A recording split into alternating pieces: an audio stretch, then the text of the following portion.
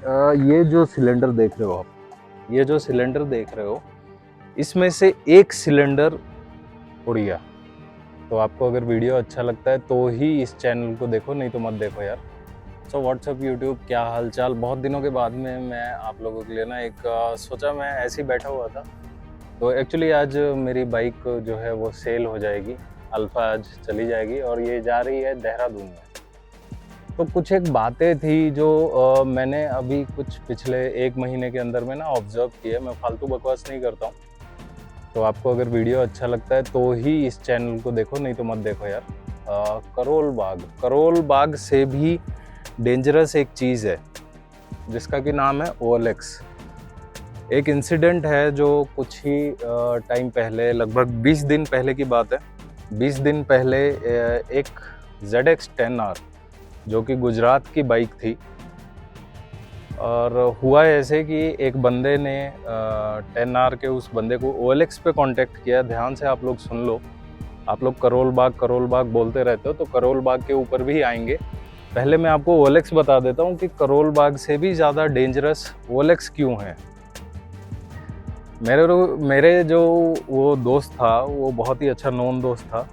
उसने OLX पे एक 10R सर्च की। उसको बहुत अच्छा एक 10R की डील मिली जो कि 9-9.5 लाख रुपए की थी। 2017 या 18 मॉडल की 10R थी। चली हुई समथिंग 12 से 15 हज़ार किलोमीटर थी। आप लोग पहले पूरी स्टोरी सुन लो, ध्यान से सुन लो, ये वीडियो लास्ट तक देखना।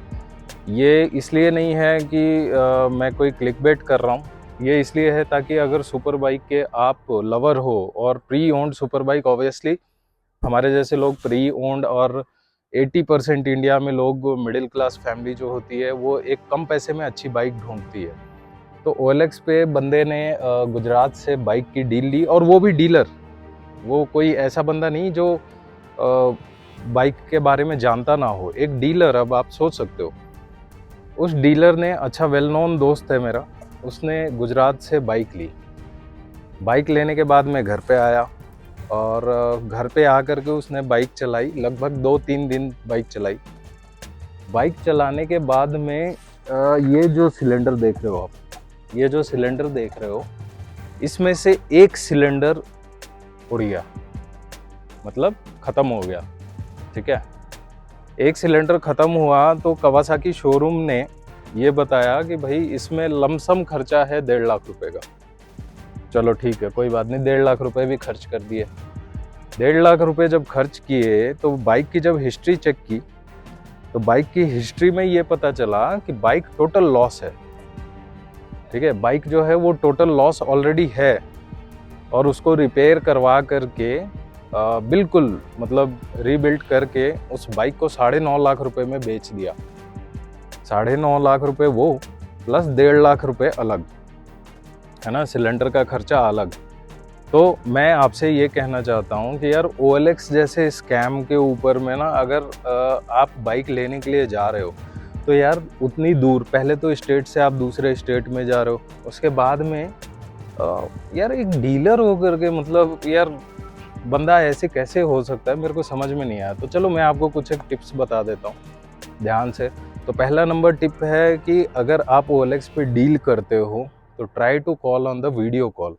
Okay, never ever just give the advance money to anyone. If you are in fact, if you have given him a video call, you have verified him, then also I will request you never pay the amount.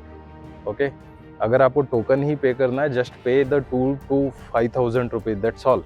उसके बाद में OLX पे जिस जगह पे आप bike को देखने के लिए जा रहे हो, एक स्टेट से दूसरे state, before going to another state, just ask him to produce you the RC of the vehicle, okay, and the registration number of the vehicle. और मैं आपको और एक चीज़ बता दूं, वो 10R जो थी वो थी हरियाणा, ये गुजरात की रजिस्टर्ड। बंदे ने गुजरात का नंबर लगा रखा था, रजिस्ट्रेशन प्लेट लगा रखी थी, बट जो नंबर था वो कहाँ का था, वो किसी और 10R का, दिल्ली की 10R का रजिस्ट्रेशन प्लेट था। ठीक है, जब उस डीलर ने उस बंदे से बोला कि आप अपनी RC दे दो, he just denied to produce the RC. He told कि I have given the registration number, you can check the bike. Dealer ने बेचारे ने उसी नंबर प्लेट पे चेक किया, और जब चेक किया तो पता चला कि यार वो जो बाइक है उसका क्रैश हो रखा है, ऑलरेडी क्रैश्ड है वो बाइक। ठीक है, तो इस तरह के स्कैम हो रहे हैं। तो रजिस्ट्रेशन प्लेट देख करके आप टोकन मत दो। रजिस्ट्रेशन प्लेट देख करके अगर आपने बाइक को वेरीफाई करवाया है तो ये मत सोचो कि बाइक बिल्कुल ओरिजिनल है। No, just ask him the RC. Registration plate ही भरोसा करना नहीं होता यार, आरसी मांगो आप, है ना। अच्छा, अब आ जाते हैं करोल बाग पे। यार करोल बाग की जो बाइक्स होती है ना, मैं ये नहीं बोल सकता कि हर शॉप या फिर हर जो डीलर होता है वो डीलर आपको मतलब फ्रॉड करेगा आपके साथ में। ठीक है, डीलर जो होते हैं वो डिपेंड करता है कि आप बाइक को चेक कैसे कर रहे हो। आपको प्री ओन्ड सुपर बाइक को चेक करने आता है कि नहीं आता है, आपको सिलेंडर्स को चेक करने आता है या नहीं आता है, ये डिपेंड करता है आपके ऊपर में ना। जब तक आप सिलेंडर चेक नहीं कर रहे हो, थ्रॉटल बॉडी चेक नहीं कर रहे हो, आपको पता नहीं चलेगा कि बाइक है कैसी।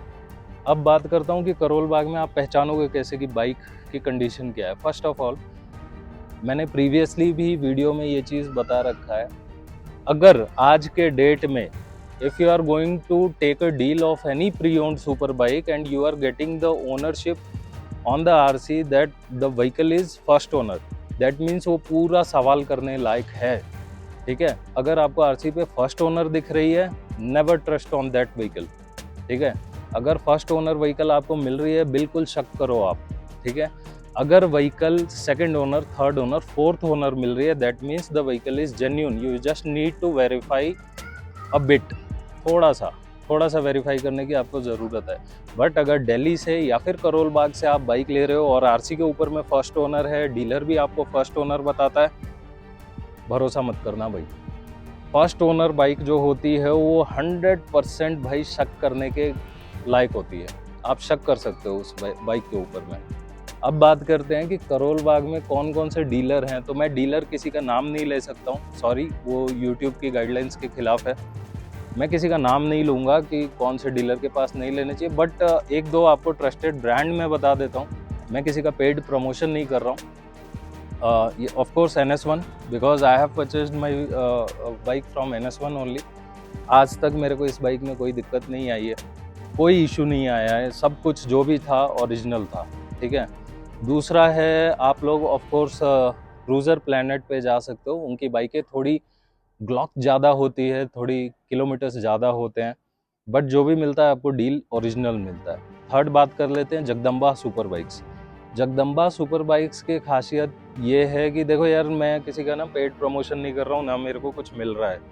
ठीक है, और ऑफ कोर्स मैं इतना बड़ा यूट्यूबर नहीं हूँ कि मेरे को कोई पेड प्रमोशन देगा। ठीक है, जगदम्बा सुपर बाइक्स के ऊपर में जो भी चीज़ आपको मिलेगी वो बता करके देंगे। अगर आपके टैंक पे यहाँ पे डेंट है ना, तो वो आपको बता देंगे कि सर इसके नीचे डेंट है। अगर यहाँ पर स्क्रैच है ना, तो वो आपको बता देंगे कि सर इस कवर के नीचे स्क्रैच है। ठीक है, जगदम्बा सुपर बाइक्स है। तो ये 2-3 ब्रांड्स है, आप जा सकते हो, आपकी मर्ज़ी है। बाकी अगर आपको डायरेक्ट जो ओनर है वो सेल कर रहा है तो बहुत अच्छी बात है।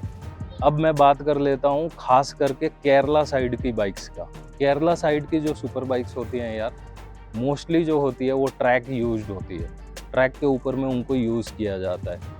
और एक चीज़ बताना चाहता हूँ, अगर कोई सुपर बाइक आपको 3 साल के अंदर, 3 इयर्स के अंदर में बहुत 16, 17, 18 हज़ार किलोमीटर चली हुई मिल रही है 3 साल के अंदर में, और आपसे प्राइस मांगा जा रहा है, सपोज 10R का एग्जांपल लेते हैं, तो कोई 10R है जो कि 2019 मॉडल है और 12,000 किलोमीटर चली हुई है। ध्यान से सुनना आप, 10R है, 2019 शेप है और वो चली हुई है 12,000 किलोमीटर। तो आप मेरे को कमेंट सेक्शन में कमेंट करके बताओ, क्या वो बाइक भरोसे करने लायक है? तो चलो अब मैं बता देता हूँ। 12,000 अगर किलोमीटर चली हुई बाइक है, 2019 का शेप है, तो ऑफ कोर्स किलोमीटर कम चला हुआ है। किलोमीटर आपने चेक भी कर लिया कि जेन्युइन है, बहुत अच्छा किलोमीटर है, आपने देख लिया मीटर टेम्परिंग नहीं है। बट अब मैं बताता हूँ वो कम चली क्यों है। वो चली तो कम है, लेकिन जितनी भी चली है बहुत अच्छे से पेल करके चली हुई है। कहाँ पे चली हुई है? वो चली हुई है ट्रैक के ऊपर। और ट्रैक के ऊपर जो चली हुई बाइक्स होती है ना, ऐसा नहीं है कि वो ख़राब होती है, बहुत अच्छी होती हैं वो बाइक्स। बट अब सवाल यहाँ पर पैदा होता है कि ट्रैक की बाइक लेनी क्यों नहीं चाहिए? देखो यार, ट्रैक की जो बाइक्स होती है ना, वो पूरे आरपीएम तक खींची हुई होती है, और मोस्टली जो ट्रैक्स की बाइक्स होती हैं उनको पावर कमांडर के साथ में यूज़ किया जाता है। तो पावर कमांडर के साथ में अगर बाइक को यूज़ करते हो तो होता क्या है, इंजन के ऊपर में बहुत बहुत ही डीप प्रेशर बनता है। मैं आपको एक एग्जांपल से बता देता हूँ। एक 60 किलो के आदमी को अगर आप बोलो कि 200 किलो का वजन उठाओ, उठा पाएगा? वो नहीं उठा पाएगा। ज़बरदस्ती करोगे तो क्या करेगा वो? उठा तो लेगा, बट अगले दिन भगवान के पास चला जाएगा। सेम चीज़ होती है सुपर बाइक्स के अंदर में। पावर कमांडर लगाने के बाद में क्या होता है, हॉर्स पावर जो होती है बाइक की वो बढ़ जाती है। ठीक है, हॉर्स पावर बढ़ी, दैट मीन्स जितनी पावर कंपनी ने दे रखी है उस पावर को इंक्रीज करना फोर्सफुली पावर कमांडर लगा करके, दैट मीन्स डी ट्यून करके और ट्रैक के ऊपर ले जाने के लिए। तो उन बाइक्स की जो इंजन लाइफ होती है वो ज़्यादा नहीं होती है। अगर 12,000 चली हुई है तो मोस्टली उसकी जो लाइफ होगी वो अगले 10,000 किलोमीटर तक होगी।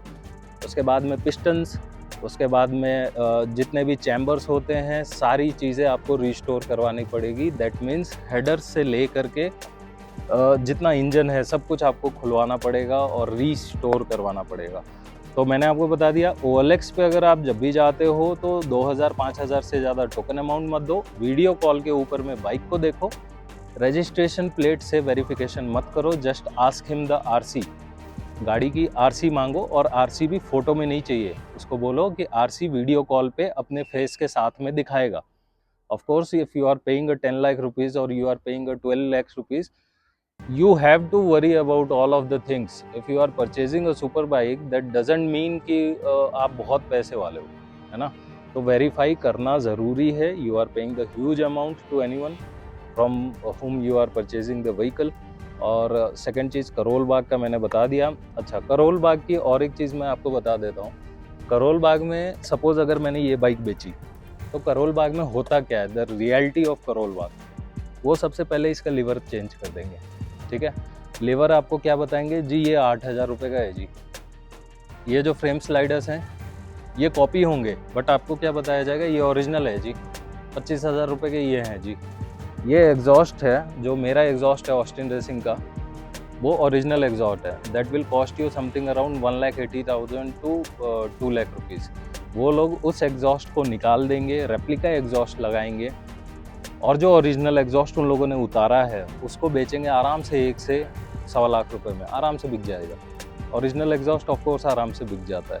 छोटी छोटी चीज़ों को वो अलग अलग हिस्सों में बेचेंगे। जीबी रेसिंग, अगर जीबी रेसिंग कॉपी है, कॉपी को भी आपको बताएंगे कि जी ये 15,000 रुपये का है, 20,000 रुपये का है, जबकि इसकी कीमत है सिर्फ 6,000 रुपये, but they will tell you कि भाई इसका 20,000 है।